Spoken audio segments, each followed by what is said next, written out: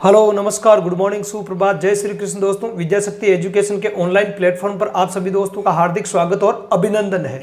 दोस्तों आज अपन जो पढ़ने जा रहे हैं वो एक महत्वपूर्ण पॉइंट है और एक ना एक क्वेश्चन है वो इस पॉइंट में से बनता रहता है, ठीक है। और इस पॉइंट का नाम है हमारे अपवर्तनांक, ठीक है। तो अपवर्तनांक क्या होता है इस वीडियो में अपन इसके बारे में डिटेल से चर्चा करेंगे। आगे बात समझ में। इससे पहले के जो वीडियो है उसमें हमने अपवर्तन के नियमों के बारे में पढ़ा था और उससे पहले का जो वीडियो है उसके अंदर अपवर्तन क्या होता है उसके बारे में हमने देखा है। तो अपवर्तन क्या होता है, अपवर्तन के नियम क्या होते हैं, अपवर्तन के दैनिक जीवन में कौन कौन से उदाहरण है अपवर्तन के, तो इन सब के बारे में पहले के वीडियो में हम पढ़ चुके हैं, ठीक है। इस वीडियो में अपन अपवर्तनांक के बारे में पढ़ेंगे जो कि अपवर्तन से ही जुड़ा हुआ होता है। तो अपवर्तनांक क्या होता है, ठीक है। अपवर्तनांक के बारे में अपन डिटेल से पढ़ेंगे। अपवर्तनांक में क्या होता है कि दो माध्यमों की तुलना की जाती है, ठीक है। दो माध्यमों में है ना, दो माध्यमों में प्रकाश जो है उसकी दिशा परिवर्तन का अध्ययन किया जाता है, ठीक है। दो माध्यमों में प्रकाश की जो दिशा परिवर्तन है, ठीक है, दिशा परिवर्तन है वो कितना होता है उसी को अपन अपवर्तनांक कहते हैं। जैसे मान लिया कि एक माध्यम के सापेक्ष दूसरे माध्यम में जब प्रकाश की किरण प्रवेश करती है तो अपवर्तन होगा। क्या होगा? अपवर्तन होगा। जैसे मान लिया कि एक माध्यम है, अपन बात करें ये ऊपर, मान लिया कि ऊपर है वायु माध्यम, ऊपर माध्यम क्या है? वायु है। और नीचे माध्यम बना देते हैं अपन जल। नीचे क्या माध्यम है? जल। तो वायु एक विरल माध्यम होता है और जल जो है वो सघन माध्यम होता है। विरल माध्यम और सघन माध्यम क्या होता है इसके लिए आप पीछे के वीडियो है जो पिछले वीडियो उनको आप देखो जरूर, ठीक है। तो यहाँ पे ये माध्यम है जल, ठीक है, और इधर माध्यम है वायु। इधर माध्यम क्या है? वायु है। तो वायु क्या होता है? एक विरल माध्यम होता है। वायु कैसा माध्यम होता है? वायु होता है विरल माध्यम। और जल कैसा माध्यम होता है? जल होता है सघन माध्यम। जल कैसा माध्यम होता है? सघन माध्यम होता है। अब एक प्रकाश की किरण इस प्रकार तिरछी आपतित हो रही है। ये जो तल है वो दोनों माध्यमों को पृथक करने वाला तल हो गया, पृष्ठ हो गया। आगे बात समझ में। ये जो तल है इसको मैं नाम दे दूं, चलो यहां नाम लिख देता हूं ए और ये है बी। तो ये क्या है? दोनों माध्यमों को पृथक करने वाला तल। दोनों माध्यमों को पृथक करने वाला तल। दोनों माध्यमों को पृथक करने वाला तल है ये, पृथक करने वाला तल। अब जब प्रकाश की किरण है जब वायु से किस में प्रवेश करेगी? जल में प्रवेश करेगी तो ये माध्यम विरल है, ये माध्यम क्या? सघन है।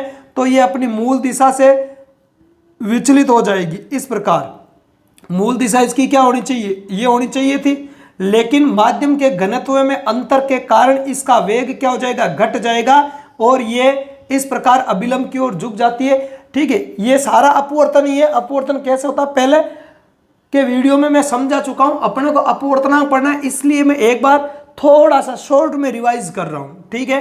अब ये प्रकाश की किरण इस प्रकार से अपवर्तित हो गई तो यहां पे तुलना की जाती है कि वायु की अपेक्षा जल है वो प्रकाश की किरण का कितना दिशा परिवर्तन करने की क्षमता रखता है।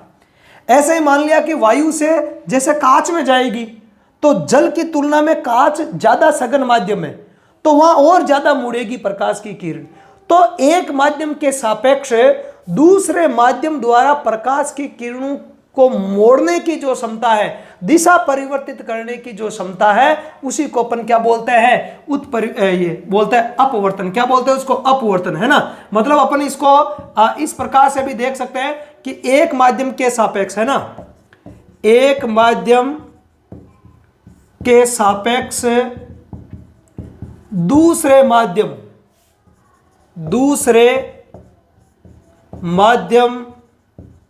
द्वारा प्रकाश किरणों को मोड़ने की क्षमता, प्रकाश किरणों को मोड़ने की जो क्षमता है, मोड़ने की क्षमता, या अपन कह सकते हैं इसका दिशा परिवर्तित करने की क्षमता। दिशा परिवर्तन की क्षमता किसकी? दिशा परिवर्तन की जो क्षमता होती है ना, क्षमता को उस माध्यम का अपवर्तनांक कहते हैं। उस माध्यम का क्या कहते हैं? अपवर्तनांक कहा जाता है। कैसे? एक बार वापस देखो, जैसे मान लिया कि एक माध्यम, ध्यान रखना इसमें एक माध्यम के सापेक्ष ज्ञात किया जाता है, ठीक है। तो एक माध्यम है, जैसे मान लिया कि वायु इधर, तो वायु से प्रकाश जल में जाता है, तो वायु की तुलना में जल प्रकाश को कितना मोड़ने की क्षमता रखता है, कम मोड़ने की क्षमता रखता है या ज्यादा मोड़ने की क्षमता रखता है, तो वो जो क्षमता है उसी को अपन कहते हैं अपवर्तनांक। उसको क्या कहते हैं? अपवर्तनांक कहा जाता है। और इस अपवर्तनांक को किससे दर्शाते हैं? इसका जो संकेत होता है इसको अपन दर्शाते हैं म्यू से। किससे? इससे, इस साइन से इसको दर्शाया जाता है। आगे बात समझे। म्यू या माइक्रोन, का ही माइक्रोन भी बोलते हैं, लेकिन माइक्रोन तो वो उसका माप होता है, इकाई होती है, म्यू बोलेंगे इसको, ठीक है। तो म्यू से इसको दर्शाया जाएगा। किससे दर्शाया जाएगा? म्यू से इसको दर्शाया जाएगा। अब बात करें, प्रकाश का जो अपवर्तनांक होता है वो डिपेंड करता है दोनों माध्यमों में प्रकाश की चाल पर, प्रकाश के वेग पर, कि विरल माध्यम में, सघन माध्यम में प्रकाश का वेग कितना कितना है। यहां अपन उदाहरण ले रहे हैं वायु और जल का, तो वायु में प्रकाश की जो चाल है वो कितनी है, ठीक है, और जल में प्रकाश की चाल है वो कितनी है। तो कहने का मतलब है कि जो अपवर्तनांक होता है, अपवर्तनांक का माध्यम है, अपवर्तनांक का जो मान है वो दोनों माध्यमों में प्रकाश की चाल पर डिपेंड करता है ना। तो अपवर्तनांक किस पर निर्भर करेगा? निर्भर किस पर करता है? ये निर्भर करेगा दोनों माध्यमों में प्रकाश की चाल पर। दोनों माध्यमों में प्रकाश की चाल पर, प्रकाश की चाल पर निर्भर करता है। किस पर? दोनों माध्यमों में प्रकाश की चाल पर निर्भर करता है, उसके वेग पर निर्भर करता है। हालांकि वेग और चाल है वो दोनों अलग अलग दिशाएं होती, अलग अलग भौतिक राशियां होती है, ठीक है। तो इस पर निर्भर करता है, ठीक है, कि वायु में प्रकाश की चाल कितनी है और जल में प्रकाश की चाल कितनी है। कहने का मतलब दोनों का तुलनात्मक अध्ययन करते हैं, दोनों माध्यमों में प्रकाश की चाल की क्या करते हैं? तुलना। और जहां तुलना की बात होती है वहां अपने को याद रखना है अनुपात का अपन बात करेंगे। किसकी बात करेंगे? अपन अनुपात की बात करेंगे। यही इसका आपके क्या हो जाएगा? ट्रिक हो जाएगा। इसी ट्रिक से आपको याद करना है इसको, कि दो माध्यमों में प्रकाश की चाल का जो अनुपात होता है उसी को अपन अपवर्तनांक कहते हैं। अब कैसे ज्ञात करते हैं? तो इसके लिए फॉर्मूला होता है, ठीक है। तो अपवर्तनांक ज्ञात करने का क्या फॉर्मूला है? अपवर्तनांक होता है अपने, इसका फॉर्मूला क्या होगा? वो होगा कि एक माध्यम में प्रकाश की चाल, है ना, माध्यम एक में, कोई सा भी माध्यम, ठीक है, माध्यम एक में प्रकाश की चाल, माध्यम एक में प्रकाश की चाल बटावा माध्यम दो में प्रकाश की चाल, क्योंकि अनुपात की बात करते हैं, ठीक है, बटावा माध्यम दो में प्रकाश की चाल, माध्यम दो में प्रकाश की चाल, ठीक है। आगे बात समझ में, ये होता है इसका सूत्र। आगे बात समझ में, तो इस सूत्र के अकॉर्डिंग अपन है अपवर्तनांक को ऐसे भी परिभाषित करते हैं। कैसे परिभाषित करते हैं? कि दोनों माध्यमों में प्रकाश की चाल के अनुपात को माध्यम का क्या कहते हैं? अनुपात कहते हैं, है ना। दिए गए दो माध्यम युग्म के लिए, है ना, युग्म के, हमेशा ध्यान रखना अपवर्तनांक के लिए दो माध्यम होना जरूरी है, क्योंकि इसमें भी तुलना की जाती है। क्या की जाती है? एक के सापेक्ष दूसरे की क्या की जाती है? तुलना की जाती है। तो ये एक प्रकार की सापेक्ष विधि से ही ज्ञात किया जाता है। कौन सी विधि द्वारा? सापेक्ष विधि अपन कह सकते हैं। एक के सापेक्ष दूसरे की तुलना करते हैं तो वो सापेक्ष या तुलना विधि हो जाएगी। आगे बात सुन, तो अपन कहने का मतलब है कि यहाँ दो माध्यमों में प्रकाश का जो है वो अनुपात लिया जाता है, तुलना की जाती है, ठीक है। तो उसी को अपन अपवर्तनांक कहते हैं। क्या कहते हैं उसको? अपवर्तनांक कहते हैं, ठीक है। और इसको किससे दर्शाएंगे? इसको अपन इस साइन से दर्शाएंगे, म्यू से अपन दर्शाएंगे। अब बात करें इसका मात्रक क्या होता है, अपवर्तनांक का मात्रक क्या होता है। तो मात्रक की बात करें तो देखो, लगाओ, देखो मात्रक निकाल, देखो इसका ट्रिक, किसी भी भौतिक राशि का आपको मात्रक निकालना है, भौतिक राशि का क्या निकालना है? आपको मात्रक निकालना है। तो इसका देखो मैं आपको ट्रिक बताऊं, इसका ट्रिक यही है कि भौतिक राशि का आपको सूत्र पता होना चाहिए। क्या होना चाहिए? सूत्र पता होना चाहिए, ठीक है। सूत्र का यदि नॉलेज है तो सूत्र के अंदर क्या रख दो? जो जो भौतिक राशियां सूत्र में दे रखी है, सूत्र में दी गई भौतिक राशियों के क्या रख दो, मात्रक रख दो। सूत्र में दी गई राशियों के क्या रख दो, मात्रक। दी गई राशियों के मात्रक रखने पर ठीक है, जो भी मात्रक प्राप्त होगा वो उस भौतिक राशि का मात्रक हो जाएगा। तो मात्रकों को आप कभी याद करो ही मत, आप भौतिक राशि का सूत्र याद करो। ठीक है, भौतिक राशि का सूत्र याद रख लो, सूत्र भी याद हो जाएगा और उसका फिर मात्रक है, उस सूत्र के अंदर जो राशियां दे रखी है उनके मात्रक आप रख दो। तो कहने का मतलब है कि कुछ प्रारंभिक या मूल भौतिक राशियां उनका तो मात्रक याद रखना पड़ेगा। जैसे दूरी है तो दूरी का मात्रक आपको याद होना चाहिए, मीटर है। आगे बात सुन, ठीक है। तो जैसे वेग होता है तो वेग का मात्रक क्या होता है, मीटर प्रति सेकंड होता है। क्यों होता है, क्योंकि वेग बराबर क्या होता है, तय की गई दूरी बटा हुआ समय, है ना। जैसे एक एग्जाम्पल की बात लेते हैं इधर। जैसे वेग का फॉर्मूला क्या होता है, वेग बराबर होता है दूरी बट्टा समय, तय की गई दूरी बटा हुआ उस दूरी में कितना समय लगा।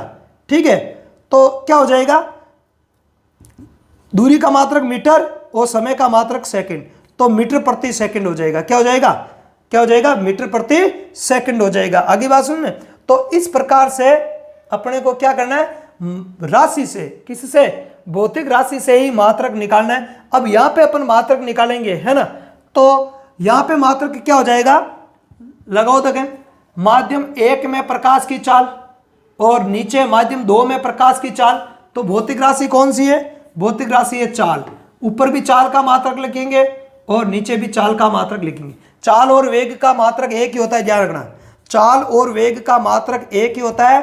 चाल एक अदिश राशि होती है। कैसी राशि होती है, अदिश राशि, मतलब इसमें दिशा की जरूरत नहीं होती है। जबकि जो वेग होता है वो सदिश राशि होती है, वेक्टर फॉर्म में लिखा जाता है। इसमें दिशा की आवश्यकता होती है। किसकी आवश्यकता होती है, दिशा की आवश्यकता होती है।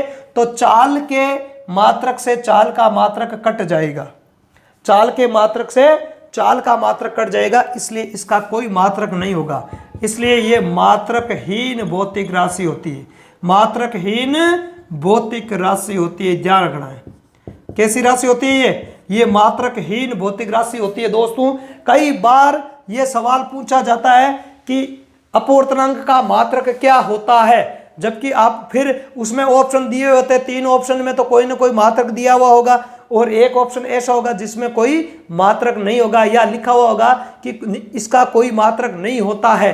तो लड़के वहां उलझ जाते हैं। कैसे उलझ जाएंगे कि सोचते हैं कि हर भौतिक राशि का क्या होता है, हर भौतिक राशि का मात्रक होता है, वो इस सोच में रह जाते हैं। जबकि वास्तविकता के अंदर जब अपन सही से पढ़ते नहीं है, ठीक है, और हम हालांकि पढ़ते हैं, पढ़ने के बावजूद भी वहां एग्जाम में भूल जाते हैं। क्योंकि एग्जाम में अपन इस चीज को याद रखते हैं कि हर एक भौतिक राशि का क्या होता है, मात्रक होता ही होता है। इस चीज को भूल जाते हैं कि कुछ भौतिक राशियों के मात्रक है वो नहीं होते, और वहां पे अपन सवाल गलत कर देते हैं। क्योंकि 3 ऑप्शन में कोई ना कोई मात्रक दिया हुआ होगा और एक ऑप्शन में रहेगा कि इसका कोई मात्रक नहीं होता है। तो अपने को राइट मार्क यही करना है कि ये मात्रकहीन भौतिक राशि है, तो इसका कोई मात्रक नहीं होता है। तो ये अपने को ध्यान रखना है, ये वेरी इंपॉर्टेंट चीज है, ध्यान रखना है ना। ये आपके कई जगह काम आएगी। एक तो आपके हो गया अपवर्तनांक, एक तो क्या हो गया, एक तो ये अपवर्तनांक हो ही गया, अपवर्तनांक, ठीक है, क्या हो गया, अपवर्तनांक हो गया। एक होता है आपेक्षिक घनत्व। क्या होता है, आपेक्षिक घनत्व। ये आपेक्षिक घनत्व क्या होता है, जब कभी आर्किमिडीज का सिद्धांत पढ़ाऊंगा मैं, है ना, तो आपको मैं बताऊंगा कि ये क्या होता है, आपेक्षिक घनत्व क्या होता है, ठीक है। तो अपवर्तनांक और आपेक्षिक घनत्व इन दोनों के कोई भौतिक कोई मात्रक नहीं होते। इसके अलावा बात करें तो एक हमने इसी प्रकाश वाले लेसन में भी हमने पहले पढ़ा है आवर्धनता। क्या पढ़ा है, आवर्धनता।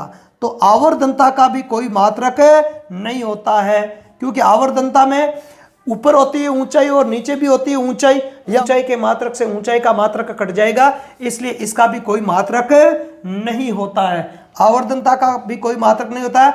आपेक्षिक घनत्व में भी ऊपर एक भौतिक राशि का घनत्व होता है और नीचे, मतलब इसमें भी घनत्व होता है। इसमें क्या होता है, इसमें भी ऊपर क्या होता है, घनत्व है, और नीचे क्या होता है, घनत्व होता है। घनत्व के मात्रक से घनत्व का मात्रक कट जाएगा, तो इसका भी कोई मात्रक नहीं होता है। आवर्तनता में क्या होता है, आवर्तनता का फॉर्मूला हमने पढ़ा है दर्पण के अंदर, m बराबर क्या होता है, आवर्तनता बराबर होती है प्रतिबिंब की ऊंचाई बटावा बिंब की ऊंचाई बराबर माइनस v बटावा u। u क्या है, प्रतिबिंब दूरी, सॉरी v प्रतिबिंब दूरी और u क्या है, बिंब की दूरी है। तो ऊपर भी दूरी और नीचे भी दूरी आएगी, ठीक है। तो दूरी के मात्रक से दूरी का मात्रक स्वर जाएगा, ठीक है। और यहाँ नीचे h डैश और h डैश है, इसके मात्रक से इसका मात्रक कट जाएगा, क्योंकि भौतिक राशियां समान है, भौतिक राशियां क्या है, समान है, इसलिए मात्रक कट जाएंगे। तो ये 3 ऐसी भौतिक राशियां हैं जिनके कोई मात्रक नहीं होते हैं, ये आपको ध्यान में रखना है। कई बार इनके क्वेश्चन पूछे जाते हैं। और मान लिया सवाल ऐसा ही दे दे कि निम्न में से किस भौतिक राशि का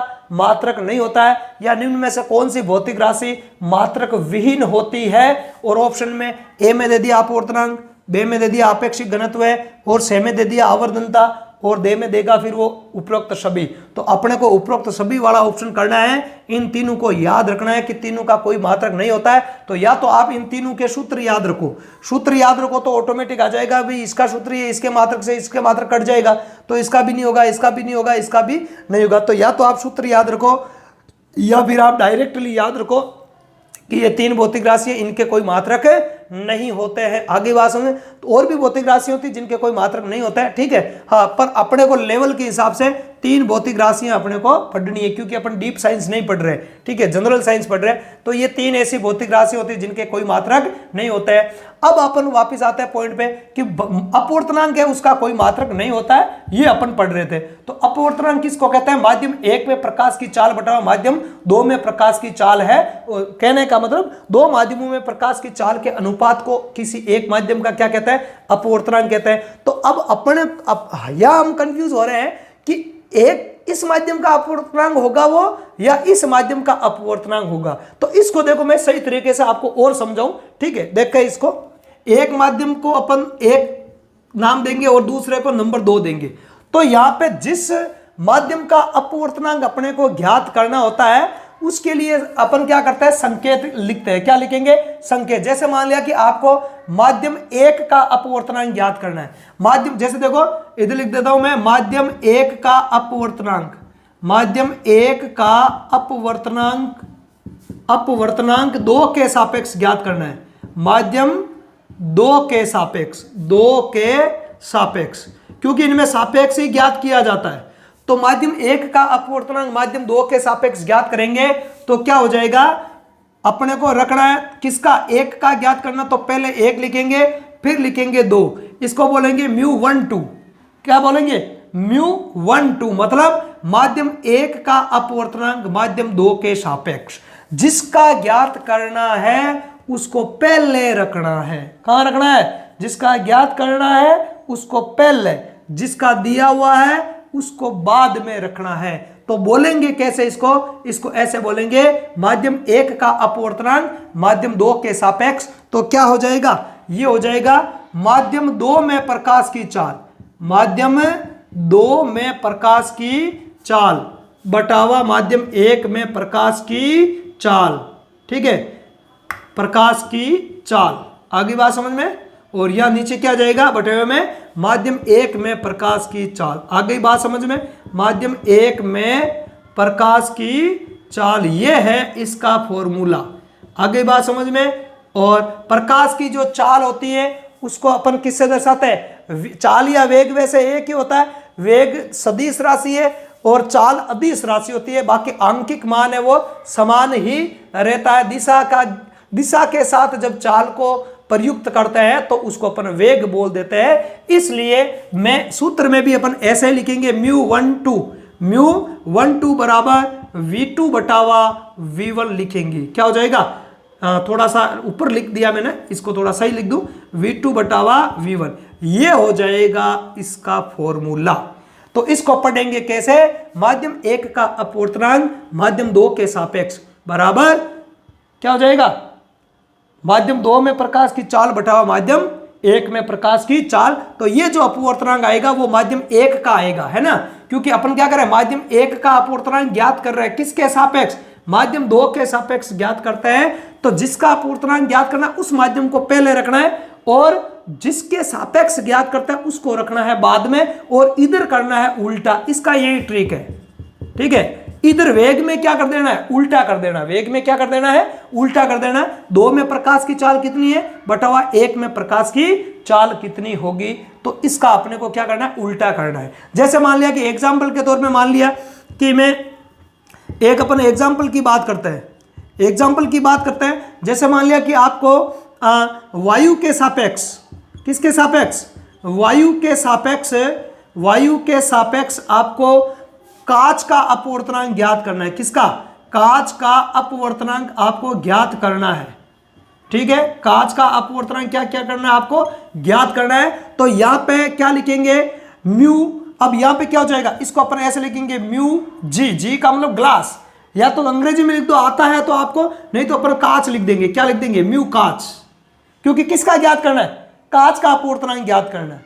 किसके सापेक्ष ज्ञात करना है, वायु के सापेक्ष। तो यहां ऊपर हो जाएगा वायु में प्रकाश की चाल, वायु में प्रकाश की चाल, वायु में प्रकाश की चाल बटावा कांच में प्रकाश की चाल, में प्रकाश की चाल, प्रकाश की चाल, ये हो जाएगा। और शॉर्ट में अपन कैसे लिखेंगे, शॉर्ट में अपन इसको लिख देंगे म्यू जी, जी का मतलब ग्लास बराबर वी वायु, वायु को क्या बोलते हैं, एयर बोलते हैं, तो वी एयर लिख दो आप, ठीक है, बटावा वी कांच को क्या बोलता है, जी ग्लास, तो ग्लास बोल दो। और यहां लिख दो स्मॉल ए एयर, है ना। वायु में प्रकाश की चाल बटावा ग्लास में प्रकाश की चाल, कांच में प्रकाश की चाल। तो ऐसे अपन अपवर्तनांक ज्ञात करते हैं। आगे बात समझ में ये होता है। या मान लिया कि माध्यम 1 के सापेक्ष, है ना, इसका उल्टा करते हैं, इसका उल्टा करेंगे तो क्या हो जाएगा, माध्यम 2 का अपवर्तनांक माध्यम 1 के सापेक्ष ज्ञात करना, तो क्या हो जाएगा, μ21 बराबर v1 बटावा v2 हो जाएगा। ये हो जाएगा फिर फॉर्मूला। माध्यम 2 का अपवर्तनांक माध्यम 1 के सापेक्ष बराबर माध्यम 1 में प्रकाश की चाल या वेग बटावा माध्यम 2 में प्रकाश की चाल या वेग हो जाएगा। आगे बात समझ में, तो ये इसका उल्टा ऐसे हो जाएगा। तो कई बार क्या कि अब कहोगे कि सर ऐसे क्यों समझा रहे हो, क्यों कंफ्यूज कर रहे हो, हमें तो ऐसे ही समझा दो, हमें तो ऐसे ही समझा दो। ये सरल तरीका लगा कि भाई कांच का अपवर्तनांक वायु के सापेक्ष ज्ञात करना है, तो म्यू कांच बराबर वायु में प्रकाश की चाल बटावा कांच में प्रकाश की चाल, जिसके सापेक्ष ज्ञात करना उसमें प्रकाश की जो चाल है उसको ऊपर रखना है, और जिसका ज्ञात करना है उस माध्यम में प्रकाश की चाल कितनी है उसको नीचे रखना। तो फिर हमें 1-2 के लफड़े में क्यों फंसा रहे हो, 1-2 के लफड़े में इसलिए फंसा रहा हूं, कई बार न्यूमेरिकल प्रश्न है वो इस प्रकार के ही आ जाते हैं। उसमें दे दिया जाता है सीधा ही कि माध्यम 1 में प्रकाश की चाल इतनी है, माध्यम 2 में इतनी है, 2 का 1 के सापेक्ष ज्ञात करो या 1 के सापेक्ष 2 का ज्ञात करो, या कई बार सीधा फॉर्मूला भी पूछ लिया जाता है ना। फॉर्मूला दे देगा ऐसे ऐसे, जैसे मान लिया ऐसा प्रश्न बना दिया कि माध्यम 1 का अपवर्तनांक माध्यम 2 के सापेक्ष क्या होगा। अब ऑप्शन ए में ये फॉर्मूला दे दिया बनाकर, है ना, समझ रहे हो भाई बात दिमाग में, और ऑप्शन बी में ये फॉर्मूला दे दिया, और ऑप्शन सी में कोई और दे दिया, तो फिर वहां पे अपन कंफ्यूज हो जाएंगे। इसलिए ये सूत्र अपने को याद रखना जरूरी होता है, ठीक है। आगे बात समझ में, तो अपने को इसका ट्रिक क्या है, इसका ट्रिक एक ही है, जिस माध्यम का अपवर्तन, यदि 1-2 वाली स्थिति की बात करें तो जिस माध्यम का अपने को अपवर्तनांक ज्ञात करना है, 1 का ज्ञात करना है, तो 1 को पहले रखो, 2 को लिखो बाद में। तो इसका मतलब क्या होगा, इसका मतलब हुआ कि माध्यम 1 का अपवर्तनांक माध्यम 2 के सापेक्ष। इसको 12 नहीं पढ़ेंगे, ध्यान रखना भाई, इसको ऐसे नहीं आप 12 पढ़ने लग जाओ, है ना। इसको पढ़ेंगे माध्यम 1 का अपवर्तनांक माध्यम 2 के सापेक्ष बराबर माध्यम 2 में प्रकाश का वेग या चाल बटावा माध्यम 1 में प्रकाश की वेग या चाल। आगे बात सुन, तो ये इसका रहेगा फॉर्मूला। आगे बात सुन, तो ये आपके अच्छे से समझ में आ जाना चाहिए, ठीक है। तो अपवर्तनांक क्या होता है, ठीक है, अपवर्तनांक का फॉर्मूला क्या होता है। देखो, एक तो अपने को क्या है, कितनी चीजें हमने इस वीडियो में पढ़ी है, हमने इस वीडियो में पढ़ा एक तो अपवर्तनांक, ठीक है, क्या पढ़ा हमने, अपवर्तनांक पढ़ा है। एक तो इसकी आपको क्या रखनी है, परिभाषा की, अपवर्तनांक क्या है। फिर इसका रखना है याद मात्रक, क्या याद रखना है, मात्रक। इसके अलावा इसका क्या रखना है, फॉर्मूला याद रखना है। क्या रखना है, फॉर्मूला याद रखना है। आगे बात समझ में, तो ये 3 महत्वपूर्ण चीजें हैं वो अपने को याद रखनी है। आगे बात समझ में, अब इसको एक बार मैं लिख देता हूं, ठीक है, जितना हमने पढ़ा उसको एक बार नोट्स के रूप में लिख देता हूं। एक ध्यान रखना, एक और चीज पढ़ी हमने, मैं तो भूल गया आपको बताना, एक चीज और हमने पढ़ी है और वो भी इंपॉर्टेंट है, बड़ी इंपॉर्टेंट है। वो क्या इंपॉर्टेंट चीज है? वो है हमने पढ़ा मात्रकहीन भौतिक राशियां। मात्रकहीन राशियां कौन कौन सी है?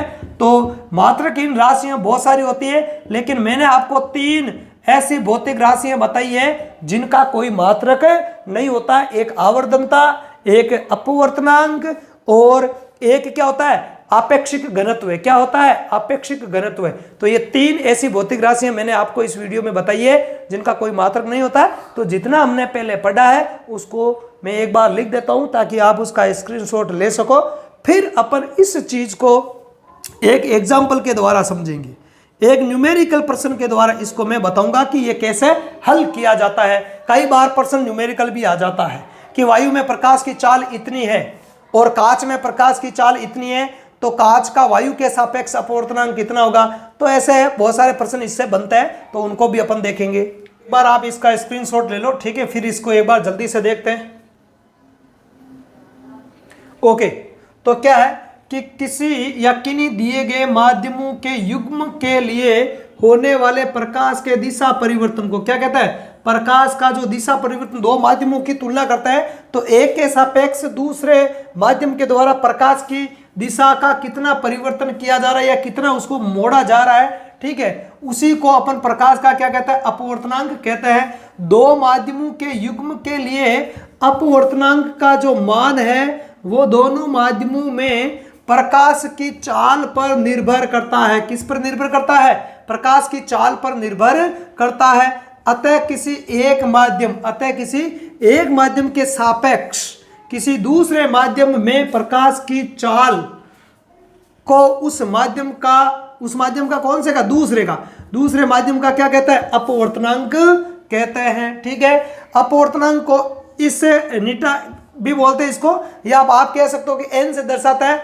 तो ये जो होता है उसको बोला जाता है रिफ्लेक्टिव इंडेक्स। क्या बोलता है? वैसे रिफ्लेक्टिव इंडेक्स बोलता है, इससे दर्शाया जाता है। अब एक बात ध्यान रखना दोस्तों, कुछ किताबों में अपवर्तनांक को म्यू से भी दर्शाया गया है, ठीक है। आगे बात समझ में। पर यदि अपन माध्यमिक शिक्षा बोर्ड की किताबों की बात करें तो इसको रिफ्लेक्टिव इंडेक्स से दर्शाया गया, तो मैं इसका यही संकेत काम में ले रहा हूं। हालांकि इससे पहले अभी जब मैंने समझाया है, ठीक है, तो इस संकेत का उपयोग किया था, लेकिन ये संकेत बहुत ही कम जगह आपको मिलेगा, न के बराबर मिलेगा, इसलिए इसी संकेत को काम में लेते हुए मैं समझा रहा हूं। तो अपवर्तनांक है ना, रिफ्लेक्टिव इंडेक्स है ना, बोलेंगे इसको। तो अपवर्तनांक क्या हो जाएगा? माध्यम 1 में प्रकाश की चाल बटा माध्यम 2 में प्रकाश की चाल। आगे बात सुने। और इसको किससे दर्शाता है? एन से दर्शाता है, और इसका कोई मात्रक नहीं होता, ये मात्रकहीन भौतिक राशि होती है। तो माध्यम 1 का अपवर्तनांक, माध्यम 1 के सापेक्ष माध्यम 2 का अपवर्तनांक ज्ञात करना है। तो कैसे ज्ञात करेंगे? अपवर्तनांक हो जाएगा माध्यम 1 में प्रकाश की चाल बटा माध्यम 2 में प्रकाश की चाल। माध्यम 2 का ज्ञात कर रहे हैं ना, 1 के सापेक्ष, माध्यम 1 के सापेक्ष माध्यम 2 का अपवर्तनांक ज्ञात करें तो यहाँ पे 2 1 हो जाएगा भाई। क्या हो जाएगा? 2 1 हो जाएगा। क्या हो जाएगा? 2 1 हो जाएगा। तो माध्यम 2 का अपवर्तनांक 1 के सापेक्ष हो जाएगा माध्यम 1 में प्रकाश की चाल बटा माध्यम 2 में प्रकाश की चाल हो जाएगा या वेग हो जाएगा।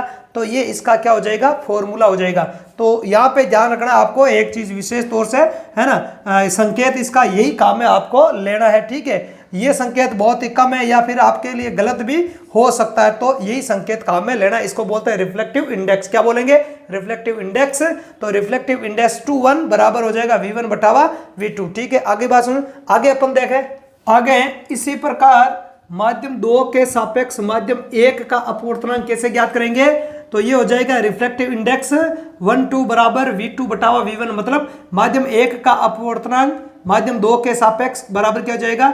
माध्यम 2 में प्रकाश की वेग या चाल बटावा माध्यम 1 में प्रकाश का वेग या चाल। आगे बात समझ में। तो इस प्रकार से अपवर्तनांक है वो ज्ञात किया जाता है। आगे अपन देखते हैं जो मात्रकहीन भौतिक राशियां कौन कौन सी होती है उसको मैं बता देता हूं, ठीक है। तो मात्रकहीन भौतिक राशियां तो ये कौन कौन सी होती है भौतिक राशियां? तो वैसे तो राशियां, ऐसी राशियां और भी होती है, पर अपने मुख्यतः जो जनरल साइंस में जो सिलेबस आता है और जो जो चीजें अपन पढ़ते हैं उसके अकॉर्डिंग मैं आपको 3 भौतिक राशियां हैं वो लिखा रहा हूं जिनका कोई मात्रक नहीं होता है। ठीक है, एक तो हो जाएगी आपके क्या हो जाएगी अपवर्तनांक, जो अभी हम पढ़ ही रहे अपवर्तनांक। ठीक है, और एक हो जाएगी अपने कौन सी आपेक्षिक घनत्व है, क्या हो जाएगा, या मैं पहले लिख देता हूं आपके आवर्धनता। क्या लिख देता हूं, आवर्धनता। क्यों, क्योंकि ये दोनों ही अपन ने इसी चैप्टर में पढ़ी है, आवर्धनता। और तीसरा हो जाएगा आपेक्षिक घनत्व है, तो ये तो अपन ने इसी चैप्टर में पढ़ी है, जो हमारा प्रकाश वाला जो चैप्टर है उसमें आती है। ये जो है वो प्रकाश से संबंधित ही है और ये घनत्व से संबंधित है। ठीक है, आगे बात समझ में। तो ये आपके 3 भौतिक राशि हैं वो होती है जिनका कोई मात्रक नहीं होता है। आगे बात समझ में।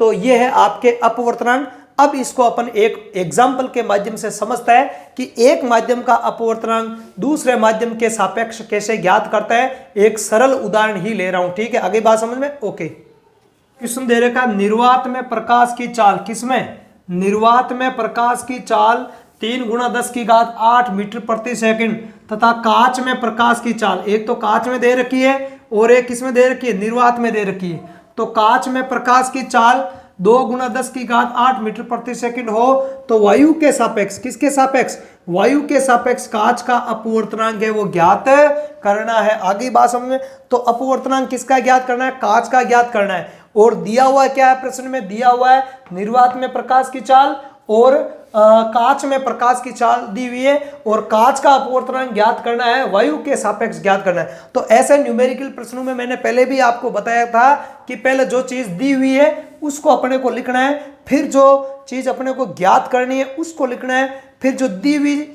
भौतिक राशि और ज्ञात करने वाली भौतिक राशि के बीच में संबंध सूत्र स्थापित करना कि किस फॉर्मूले से ये सवाल हल हो सकता है। तो देखते हैं उसी मेथड पर अपन इसका आंसर स्टार्ट करते हैं। तो इसका आंसर में अपने को पहले दी हुई चीजें लिख लो। तो निर्वात में प्रकाश की चाल कितनी दी हुई है वो लिख लो। निर्वात में प्रकाश की चाल, निर्वात में प्रकाश की चाल को C से दर्शाता है, ध्यान रखना। C बराबर दे रखिए 3 × 10⁸ मीटर प्रति सेकंड। और कांच में प्रकाश की चाल कितनी दे रखी है वो लिख लो। कांच में प्रकाश की चाल, प्रकाश की चाल C वो होती है कितनी, 2 × 10⁸ मीटर प्रति सेकंड। अब ये कह रहा कि कांच का अपवर्तनांक अपने को ज्ञात करना है। ये दो चीजें अपने को दे रखी है। अब ज्ञात क्या करना है, ज्ञात करना है कांच का अपवर्तनांक। किसका अपवर्तनांक, कांच का अपवर्तनांक ज्ञात करना है वायु के सापेक्ष। किसके सापेक्ष ज्ञात करना है, वायु के सापेक्ष। तो कांच का अपवर्तनांक ज्ञात करेंगे तो यहां लिख देंगे ये, ठीक है, रिफ्लेक्टिव इंडेक्स। और कांच का ज्ञात करना है तो यहां जी लिख देता हूं, ग्लास। कांच को क्या बोलते हैं, ग्लास। ठीक है, अब किसके सापेक्ष ज्ञात करना है, वायु के सापेक्ष। तो वायु में प्रकाश की चाल, वायु में प्रकाश की चाल, वायु में प्रकाश की चाल, इसको मान लो कि V1 दे दो।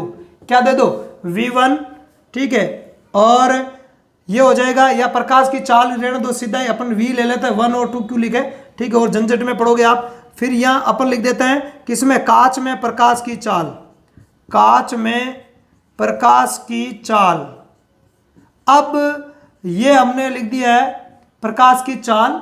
तो अब अपने को क्या करना है, प्रकाश की चाल कांच में तो दे रखी है, ये रही कांच में प्रकाश की चाल 2 × 10⁸ मीटर प्रति सेकंड होती है। ये अपने को ज्ञात करना है, मान एक ही दे रखा है। ठीक है, वायु में प्रकाश की चाल नहीं दे रखी है। तो आपको ध्यान रखना है, वायु में प्रकाश की चाल है वो निर्वात से थोड़ी ही कम होती है। यदि प्रॉपर वायु में प्रकाश की चाल दी हुई है तब तो वही मान रखना है, और यदि नहीं दी हुई है तो अपने को ये तो याद रखना पड़ेगा, निर्वात में प्रकाश की चाल है वो 3 × 10⁸ मीटर प्रति सेकंड होती है, उससे थोड़ी ही कम होती है वायु में। तो यही मान अपन यहाँ पे रखेंगे। तो यहाँ पे वायु में प्रकाश की चाल और निर्वात में प्रकाश की चाल लगभग बराबर रहेगी। तो ये लिख देंगे, ग्लास का अपवर्तनांक क्या हो जाएगा, बराबर वायु में प्रकाश की चाल जो ये है निर्वात वाली वही रखेंगे, 3 × 10⁸ मीटर प्रति सेकंड। ठीक है, बटावा, चलो मीटर प्रति सेकंड रख देता हूं, बटावा कांच में हो जाएगी 2 × 10⁸ मीटर प्रति सेकंड। तो ये मात्रक से मात्रक वैसे ही कट गए, 10 की घात 8 से ये 10 की घात 8 कट गए, बचा कितना उसको अपन देखो इधर देखते हैं। ये बचा आपके Ng, ठीक है, बराबर हो जाएगा 3/2, है ना। तो इसको अपन ऐसे भी लिख सकते हैं,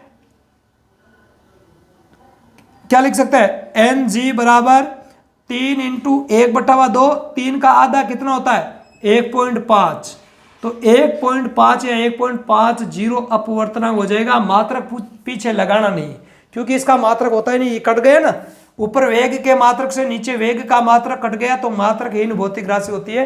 तो इस प्रकार से प्रश्नों को हल करना होता है। या मान लो कि कोई प्रश्न है जिसके अंदर दे दिया कि ये दे दिया उल्टा, देखो इसको जैसे मान लिया कि उल्टा दे दे, प्रश्न को उल्टा दे दे कि कांच का अपवर्तनांक दे दिया प्रश्न में 1.50, ठीक है, तो कांच में प्रकाश की चाल ज्ञात करो, ठीक है, वायु के सापेक्ष दिया हुआ है कि वायु के सापेक्ष जो है इसका कांच का अपवर्तनांक ये है, तो कांच में प्रकाश की चाल ज्ञात करो। तो अपन फॉर्मूला देखो इसका उल्टा करके देखते हैं, तो Ng बराबर क्या हो जाएगा, वायु में प्रकाश की चाल, ठीक है, वायु में चाल शॉर्ट में लिख रहा हूं मैं, वायु में चाल बटावा किसमें, कांच में चाल, किसकी, प्रकाश की, कांच में चाल शॉर्ट में लिख रहा हूं, ठीक है। तो Ng ये अपने को दिया हुआ है, ये दिया हुआ है, ये दिया हुआ है 1.50 बराबर वायु में चाल कितनी है, जो निर्वात के लगभग है वही 3 × 10 की घात 8, और ये अपने को ज्ञात करना है क्या, इसको मान लो V, है ना, कांच में प्रकाश की चाल Vg, तो कांच में प्रकाश की चाल ज्ञात करने, इसको इधर लेके आओ, तो Vg बराबर, सॉरी इधर देख लो एक बार, तो Vg बराबर क्या हो जाएगा, Vg बराबर हो जाएगा आपके 3 × 10 की घात 8 बटावा 1.5, क्या हो जाएगा 1.5, यहां से पॉइंट को हटाएंगे तो ऊपर 0 लग जाएगा, तो Vg बराबर क्या हो जाएगा, यहाँ 0 कर दो, 30 × 10 की घात 8 बटावा 15, 15 को 30 से काटेंगे 2, तो Vg बराबर हो जाएगा 2 × 10 की घात 8 मीटर प्रति सेकंड आ जाएगा। क्या जाएगा, 2 × 10 की घात 8 मीटर प्रति सेकंड आ जाएगा। तो चाहे कैसे भी प्रश्न पूछे, अपने को फॉर्मूला याद रहना चाहिए, अपने को फॉर्मूला याद रहना चाहिए। तो इस वीडियो में इतने पढ़ेंगे। आज के लिए धन्यवाद, जय हिंद।